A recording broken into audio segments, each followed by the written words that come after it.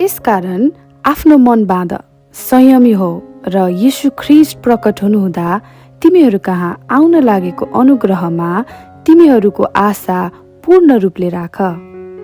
आज्ञाकारी बालकहरू भएका हुनाले अगाडिको अजान अवस्थाका कुइच्छाहरूमा तिमीहरू अब नलाग।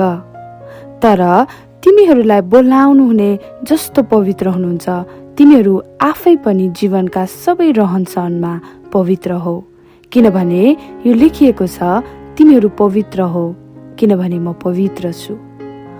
पन पक्ष नगरी मानिसको काम अनुसार इन्साफ गर्नुहुनेलाई पिता भनी पुकारा गर्छौ भने तिमीहरूका प्रवासको सम्पूर्ण समय डरसँग बिताओ।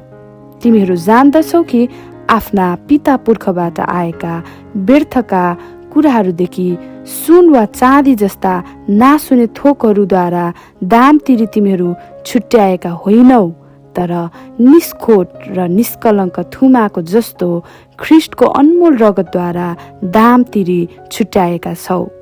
उहाँ सृष्टिभन्दा अगाडिदेखि नै नियुक्त हुनुभएको थियो, तर तिमीहरूका खातिर समयको अन्त्यमा प्रकट हुनुभयो। उहाँद्वारा परमेश्वरमाथि तिमीहरूको भरोसा छ, जसले ख्रीष्टलाई मृतकबाट जीवित पारेर महिमा दिनुभयो, ताकि तिमीहरूको विश्वास र आशा परमेश्वरमा रहोस्। अब सत्यको पालनाद्वारा तिमीहरूले आफैलाई शुद्ध पारेका हुनाले आफ्ना दाजुभाइलाई निष्कपट प्रेम गर र हृदयबाट नै एउटाले अर्कोलाई गहिरो प्रेम गर।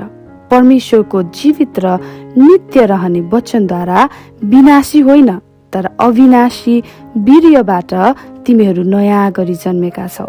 किनकि सबै प्राणी घाँस जस्तै हुन् र तिनका सबै गौरव घाँसका फूल जस्ता। घाँस ओइलाउँछ र फूल झरिहाल्छ, तर प्रभुको वचन सदा सर्वदा रहिरहन्छ। अनि तिमीहरूलाई प्रचार गरिएको सुसमाचारको वचन यही हो। यसकारण सबै दुष्टता, सबै छल कपट र ईर्ष्या र सबै निन्दाहरूलाई त्याग।